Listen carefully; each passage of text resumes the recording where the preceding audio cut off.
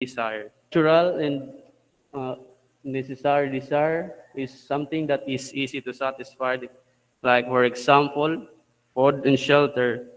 All unnecessary and natural and unnecessary desire is something that is not easy to satisfy. Not easy to satisfy, for example, the luxurious foods, the expensive cars, and lastly, the vain desire. This desire has no natural basis and thus have no foundation at all. Then no limit, no natural limit. For example, killing and stealing. In chapter 3 is the Aristotle notion of virtue ethics. Aristotle was one of the three Greek triumvirate who made the who also contribute in the foundation of philosophizing. Aristotle was born on 384 BC at Stagira of the race. He served as the uh, teacher of the famous Macedonian ruler Alexander the Great. But before he became the tutor of Alexander the Great, he became first the student of Plato. And we all know that Plato talks about the reality, which it is not here; it is something out there. So Aristotle, that's where their ideas is divided. So for Aristotle, he wants to explore reality in through sense and experience. So for Aristotle, there's no such thing as abstract reality. And apart from the exploration, Aristotle come up with the questions, how should we live? And he himself answer to this that we live to seek happiness. Virtue ethics. Aristotle wrote his seminal works of Nicomachean Ethics. That virtue ethics is widely included. So, uh, virtue ethics is divided as two types: the intellectual and moral virtue. Intellectual virtue is the development of one's character that help us determine what and how to be virtuous. Intellectual virtue has other types, but the researcher only emphasize these two intellectual virtue, which is scientific and practical wisdom. Scientific knowledge is an unchangeable eternal fact and ability to think rationally, while practical wisdom is the ability to act rationally. On the other side, moral virtue is the habitual disposition connected with choice, lying in the mean relative to us. A mean which is determined by reason, by which the person of practical wisdom would determine it. A virtuous behavior of how we can work toward being virtuous that lies in the mean, and that is the doctrine of mean or the golden mean. Chapter 4, the human happiness in view Aristotle virtue ethics. Aristotle virtue ethics as basis of human happiness. Intellectual virtue first teaches us and help us to understand what we are going through, and understanding allow us to change it for the better. Intellectual virtue teaches what the right thing to do, like what ethics is doing. Intellectual virtue is an important element of being a virtuous person. Then it would say that a virtuous person would rather only aim for catastematic pleasure. And to attain that aim, it requires moral virtue, where a person who has practical wisdom determine it. If a person only has intellectual virtue, he can easily fall to temptation. So moral virtue is necessary because knowing is not enough. It must be put in action. Human happiness. Happiness is not something that can be obtained instantly. It necessitates action. Happiness is a main state that involves virtuous activity, guided by correct reasoning at the right time toward the right people about the right things. Human happiness is a purely human good. It exists in rational soul activity that conform to virtue. The virtues activity. The virtues activity is living well, and living well is the function of human beings. If a person happy, then he is fulfilling his function well. And to fulfill our function is associated with the work of virtue. And in order to know what virtue is, we must examine our actions and act according to the right rule.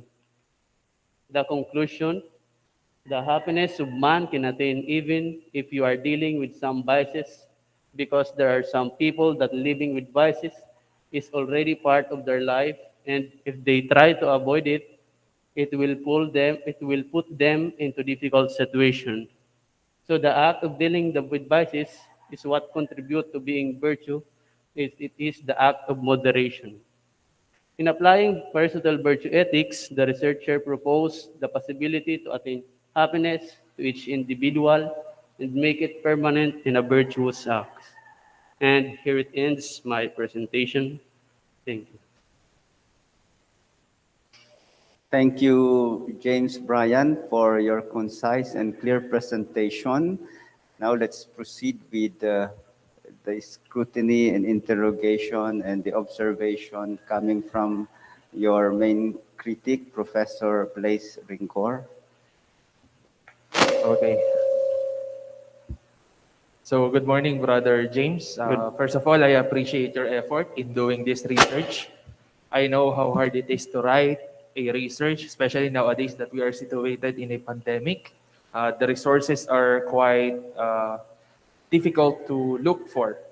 However, even though if you wrote something that I appreciate, there are things that I want to clarify. First, I want to go to your uh, review of related literature. Okay, here in this part, you have reviewed various books that talk about virtue and the ethics of Aristotle. Now, I am wondering, in the review of related literature, how do you understand this part? Because it seems to me that you are showing that your work is insignificant, given the fact that it is over research, so to speak. Because there are a lot of literatures that are talking about what you are talking about. It is like you are reiterating what they are trying to say. So, what is your understanding of the review of the related literature? Uh, in my understanding, the relative literature is those literatures that can be seen as this. There are some similarities with the research of what I am going to do. Yes, that's one point. But my suggestion is for you to make an extensive review in the sense that you show how significant is your work. Because the review of related literature should justify the significance of your study. And one of the most important elements in the significance of the study is that you are trying to show something that is new, not entirely new, but something that is justifiable or that is worthy for a further research. Okay?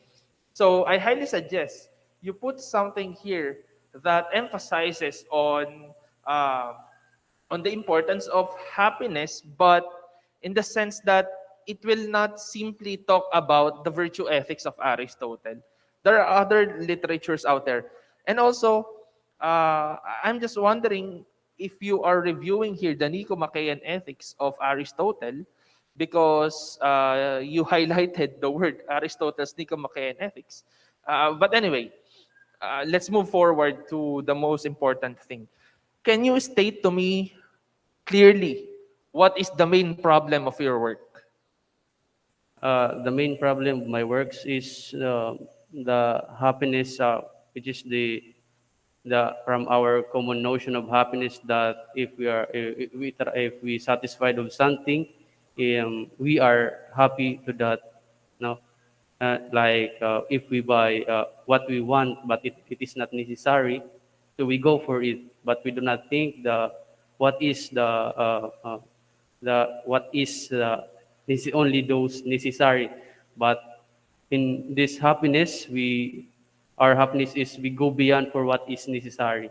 Okay, that's the answer to your problem. But what I am trying to ask you is, how will you ask yourself, what is the problem of your work? What are you trying to problematize in here? uh, what I'm trying to problematizing here is to put virtues, to put happiness into action. No, that it is not only limit to feelings. Okay, so that's the problem because your work does not have a statement of the problem.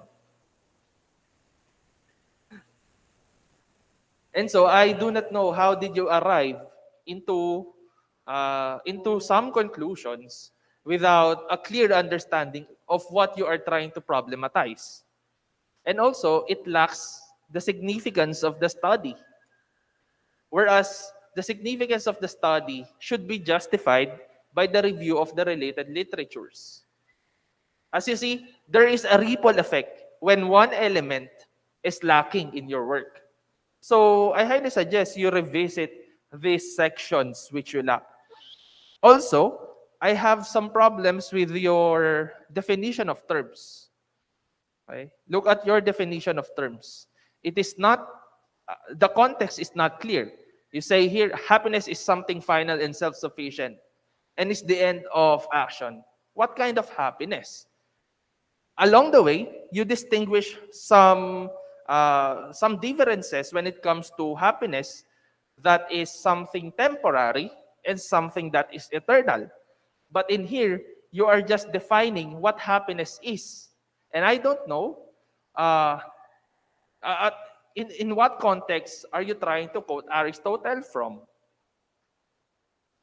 Okay? So kindly clarify this one because the definition of terms is there in order to give us the limitation on how can we limit our criticism on the terms that you are trying to say along the body of the work. Okay? Now, uh, let's go to page number 9. This is chapter 2. You say in the section of pleasure, because of suffering, humans desire pleasure. Uh, Now, I'm just wondering why you did not discuss first the parts of the soul, since there you will find the passions.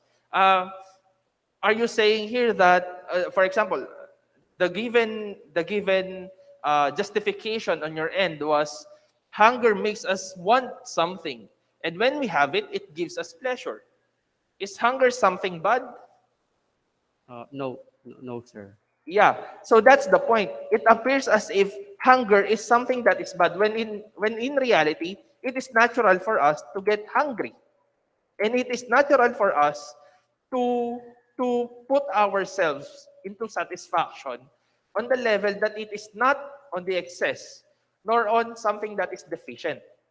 Remember, this is Aristotle. This is not Saint Thomas Aquinas. So there is no idea of self-sacrifice for the sake of, for example, fasting, diba? So that's my point. You have to clarify these kinds of claims because it may bring vagueness to your claims instead of helping it along the way.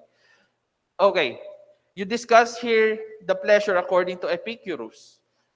Now, how is Epicurus related with Aristotle? Uh, uh, Because you introduced your work using the thoughts of Epicurus.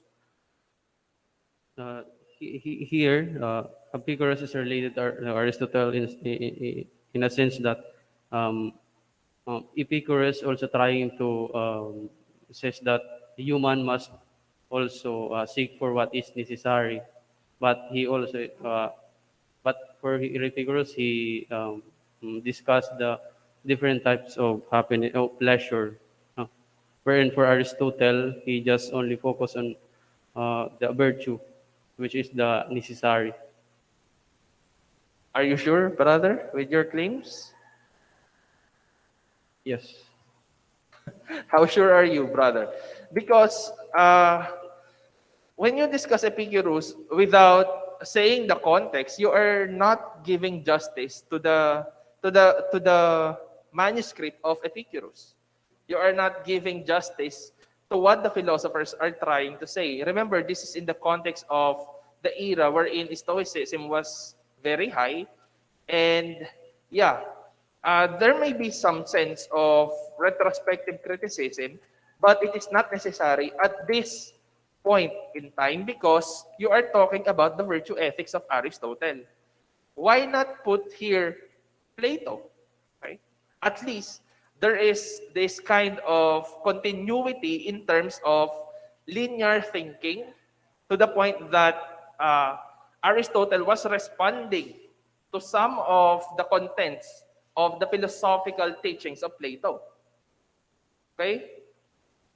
So that's my suggestion. You try to put here Plato or even Socrates. Socrates then Plato. Than Epicurus. Okay? On the latter part, yes, you can. But I don't really understand the connection of Epicurus uh, in putting him in your chapter 2. Uh, okay. Now, when it comes to your conclusion, how will you conclude this work in your own words? Because it seems to be vague on my end. Sorry, sir. How will you conclude this work? Um, If I am to ask you, how will you conclude this work? At least in your own words. um, happiness is happiness is action that is beyond feelings. Okay, is happiness the end for Aristotle? No. What is the end for Aristotle? For Aristotle, the happiness is constantly doing good. Or, sir, Which one is higher? Happiness or contemplation? happiness. Are you sure? So how will you distinguish happiness from contemplation? If you are saying that happiness is higher than contemplation, Um, for me, because what's the distinction between them?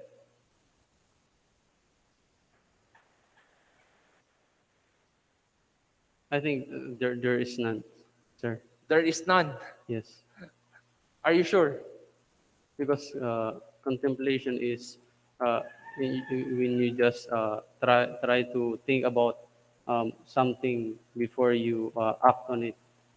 Did you really read the Nicomachean Ethics, Um, brother? honestly, no, sir.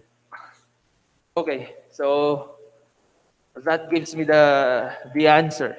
But I appreciate your honesty. Okay. Thank you, sir. Now, in your bibliography, there is only one primary source, and that is the Nicomachean Ethics. And now you are saying that you did not read entirely the Nicomachean Ethics. Uh, okay. For now, I give the floor to Father Kins.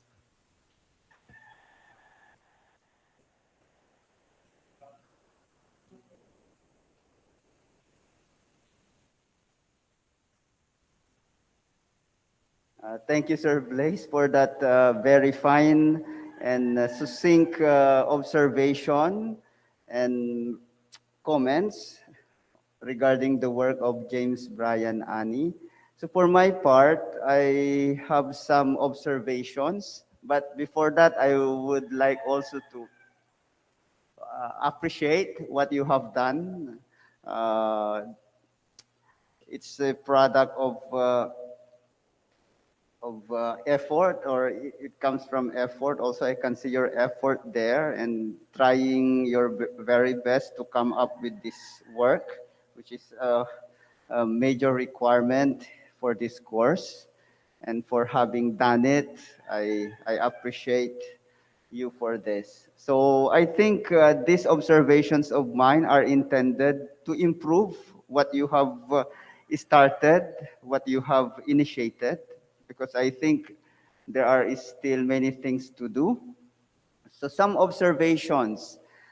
You need to pay attention to the organization of your ideas because as I observe, there are, in one paragraph, you discuss several major ideas, no? And the reader is confused. What are you trying to say? No? So please, one idea in one paragraph.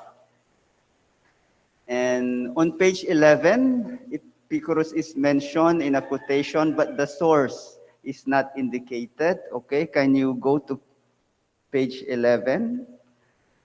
At least I am using the copy here of, because I did not receive this copy, no? So go to that Epicurus citation, and you cited Epicurus, but you did not provide the source.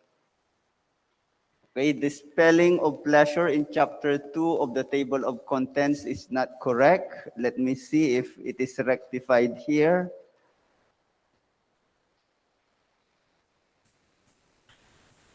Okay, I think this is totally new already because the copy I received from Dr. Lambino because he was the one. And I have scrolled your chapter 1 several times looking for your statement of the problems, but to no avail. So where is your statement of the problem here? Kindly show me the page. I think that's the problem of Sir Blaise also, because that's capital. How can you proceed or work on your thesis without this framework? Kindly show me where in your work I can find them.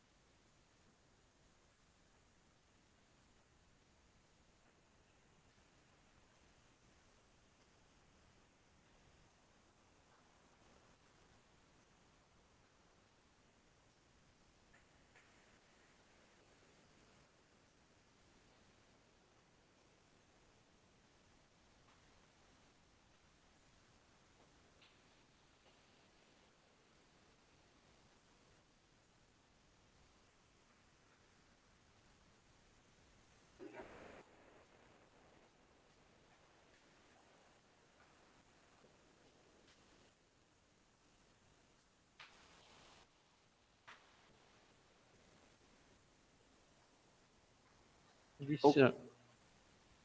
So you mean on page 2, according to the researchers, formulates 3 objectives in order what are they attain happiness? The first objective, the second is to study. Yes, these are objectives, but problem should be articulated concretely.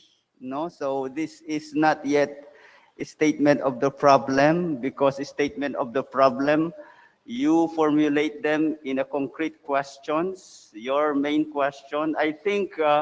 Yes, I'm wondering why in your thesis presentation you provided this concrete statements, because statement of the problem is really clearly formulated, but it could not be found in the work you have submitted.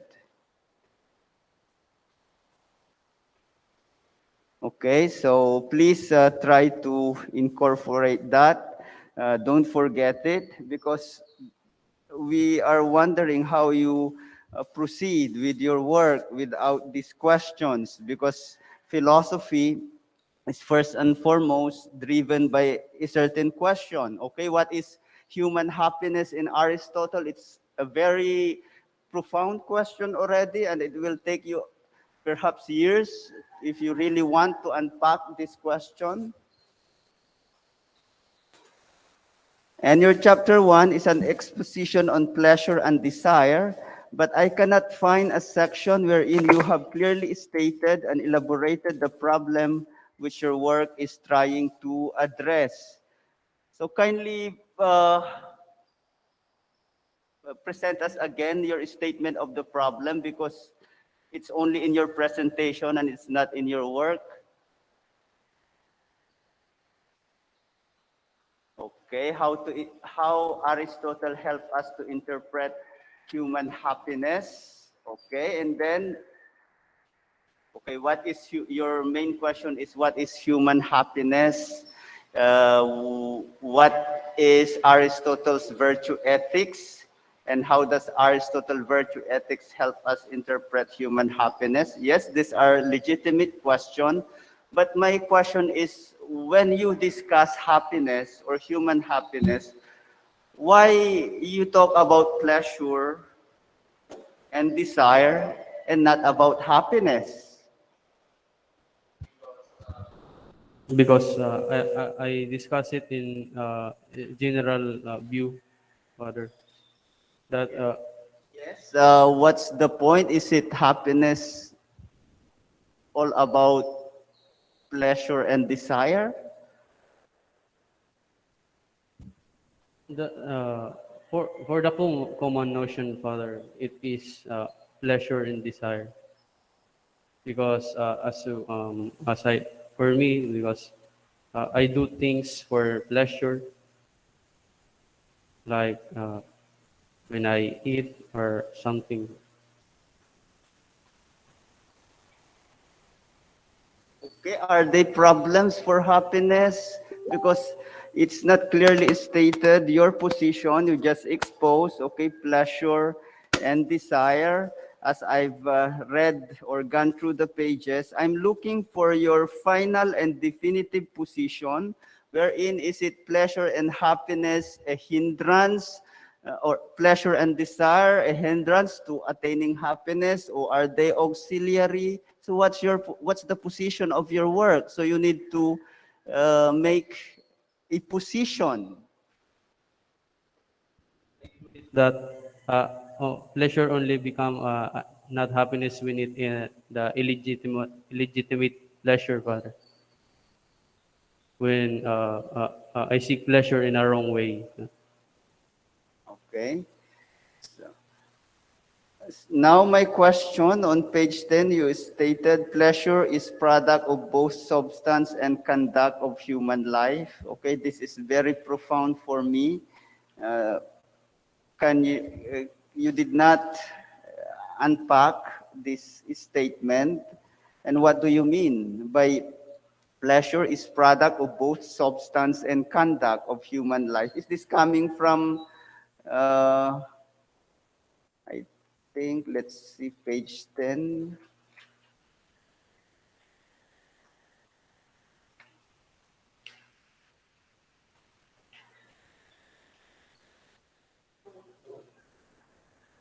Okay, I think there is discrepancy with the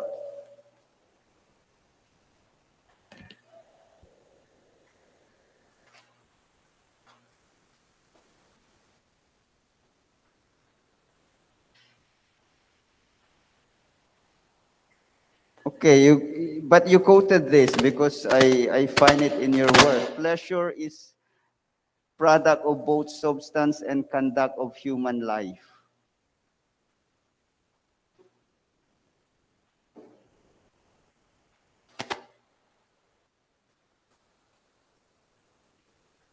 Okay, what do you mean by that? I'm sorry, Father. What line is it in? Because after the submission of the thesis, I edited it before I printed it in manuscript. Okay, another point that I would like to raise regarding you mentioned being generous is not wrong, but being generous in the sense of giving everything you have and leaving nothing for yourself is foolish. Okay, this is the literal. Did Aristotle say this, or is it your interpretation of the golden mean? It is my own interpretation, Father, And but you not and you related. hold it right. What?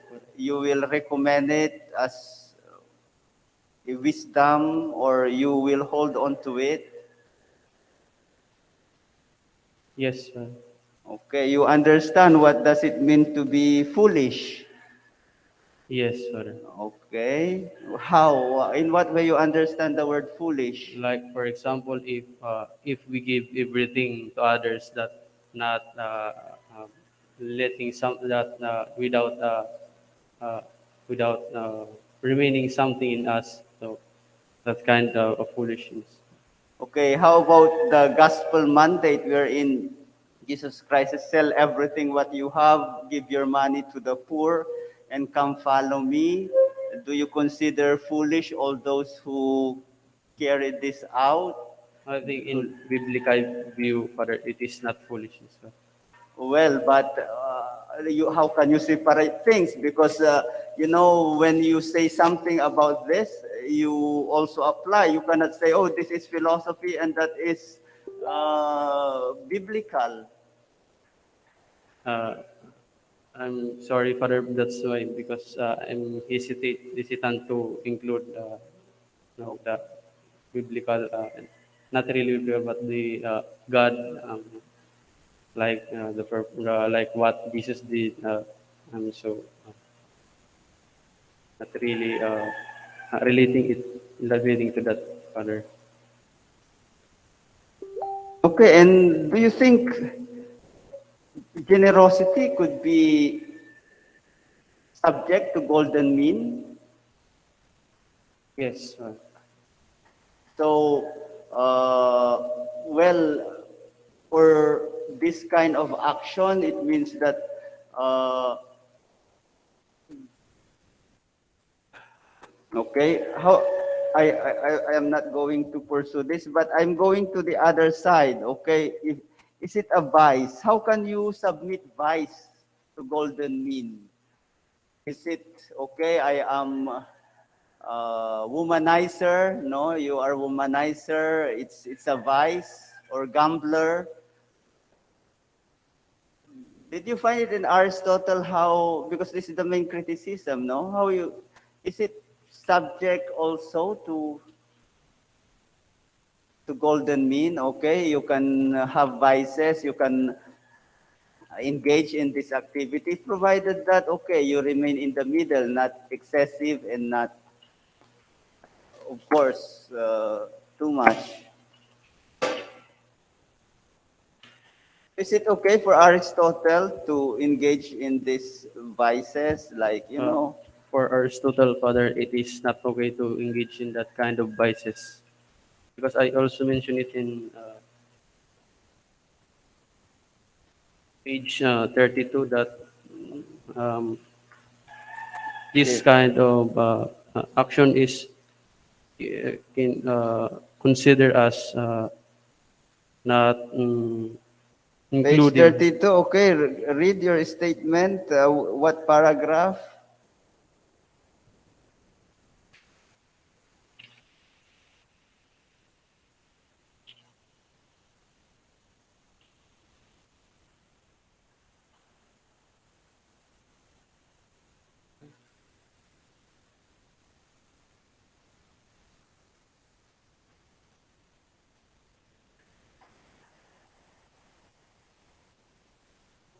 This sir. We cannot say that. What page, please? I think sorry, it is page 31, Father. Okay, what paragraph? First paragraph. Line, what line?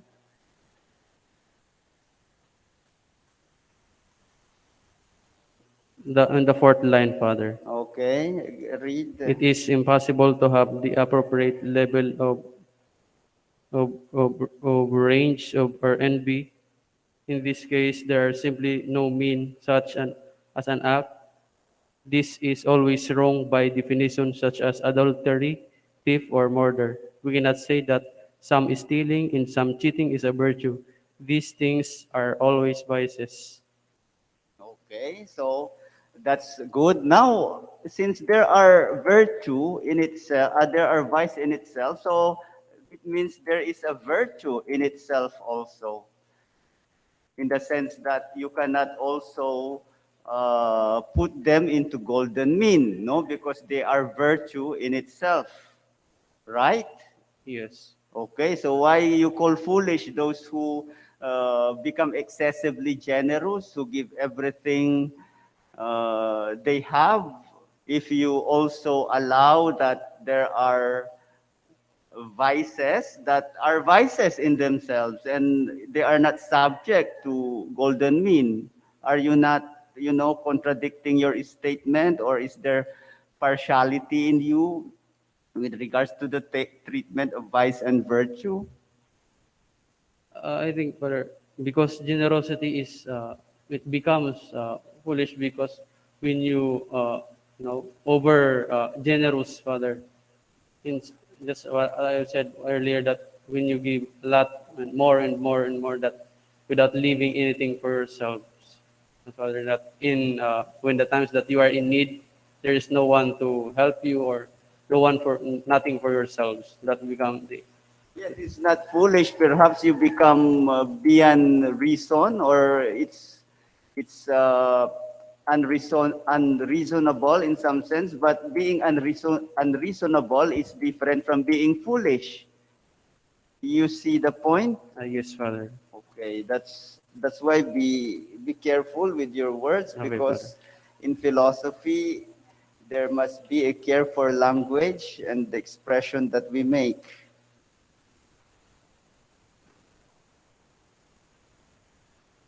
Okay, now for additional work that I am going to suggest, because I scrutinize your work also, and the notion of self-sufficiency and doing things for its own sake is a capital notion in Aristotle concerning human happiness, in Nicomachean Ethics, which you avowed you have not read. That's why I want that in your work you are going to tackle the notion of self-sufficiency. Of course, you mention it in your definition of term. However, it's not enough. You need to unpack this notion, because this notion is a capital notion in Aristotle concerning happiness. Okay? Just Google Aristotle on self-sufficiency and you will find a lot of sources. And I cannot accept this work talking about happiness and without talking self-sufficiency. And that's why Sir Blaise is asking regarding contemplation as a way to achieve happiness, because for Aristotle, for your information, contemplation is a manifestation of self-sufficiency. And of course, you do not do things for its own sake, for the sake of something else, but you do it because it's good. You are not even doing it because it's good or bad, or to achieve something, and so on. Okay, and you talk about happiness also, but I have not found any single definition of happiness coming from Aristotle and coming from Nicomachean Ethics. So I want that you also understand happiness, because that's your thesis is all about. And your source is the Nicomachean Ethics. What is happiness in Nicomachean Ethics? Right? Yes, Father. Okay, you are, talking about happiness and so on and so forth, but Nicomachean Ethics, which about happiness, is not treated and respected very well. Okay, I think here ends my intervention. So I will go back to Professor Blaise if he has something to add, and gladly, Professor Paula is here, your advisor. I hope I have a copy of my observations and suggestions. I will make it available to both of you. Thank you, Father. Sorry. Just for one final question. Can you become happy without externality? Without your senses, can you be happy? No, no, Father. No, sir. Okay, what's the reason for that? Because as I have said, this happiness that what I'm trying to view here is through action. So we cannot be happy without intervening to the our since experience, without the doing good with others like that, and also constantly doing good. That's with what will make me happy. Okay. Because the reason for that is, again, going back to your statement, humans become happy only for a moment, which is based on external goods. That's why I ask you that point. And at least you were able to answer that based on the Aristotelian philosophical notion. And I think that ends my criticism. But when it comes to my suggestion, I highly suggest you include the table of the golden mean, wherein Aristotle have presented the golden mean and then the excess and then the deficient form of it, so that you will not be confused on your claims. Thank you. And also, just a final reminder, when it comes to actions, you have to distinguish what kind of action it is when it comes to Aristotle. Remember, there is voluntary and involuntary actions when it comes to Aristotle. And again, uh, include the discussion on the soul. Okay? On the soul. The anima. You admitted earlier that you were not able to read other works. Uh, so I highly suggest you read the anima. Okay? Because that's important when it comes to the virtue ethics of Aristotle, the parts of the soul. So just to give you a glimpse of my, sorry, just to give, I am not supposed to tell you your score, but just to tell you that I am very happy as a panel that you admitted that you were only able to read Nicomachean Ethics. And I am glad about it, because the most important thing about this thesis defense is not only the content of your work, but the character that is in you. So I'm very glad, and I think that's a plus points to the formators. Thank you. Thank you, brother. It's- Honesty is a virtue also. So you gain points from that. And let maybe have some words from your advisor, Professor Paula Eugenio, if there are.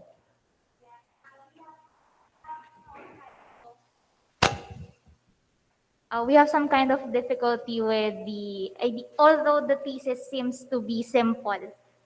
Siguro that's the reason why the statement of the problem, that's what I've heard kasi from outside. No? The question on the statement of the problem.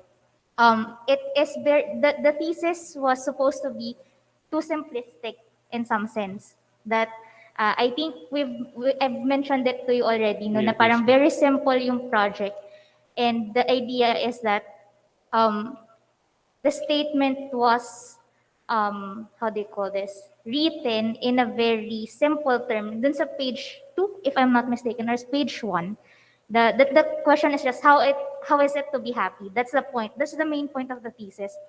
And I think, thank you, Father Kings, for pointing it out, that we have to expound on it and not just state it as is, so that it will stand as a thesis itself. And then, of course, we will be going through all the discussions or the questions and suggestions that you gave po, and then we'll try to work it out. Although, yeah, you have a lot of reading to do. Nicomachean Ethics and the Anima. They are not easy read, so it will be something that we have to work on. Okay. Yeah. The, what I like was that Father Kings pointed out the definition of happiness. I think from the get go, we've mentioned that you have to define happiness in Aristotelian way, or um, how Aristotle defined it. And yeah, honest talaga siya.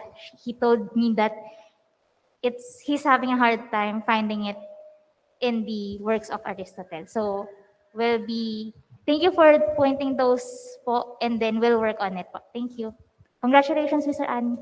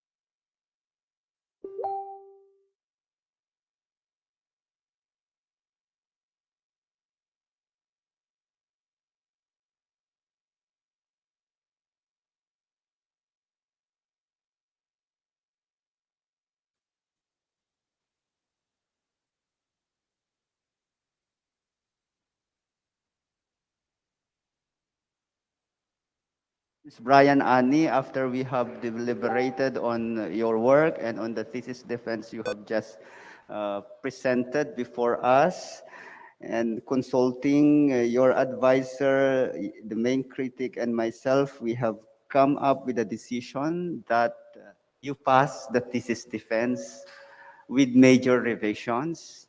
And this revision must constitute the inclusion of the anima of Aristotle, and also the notion of self-sufficiency and doing things for its own sake, which is clearly stated in the Nicomachean Ethics.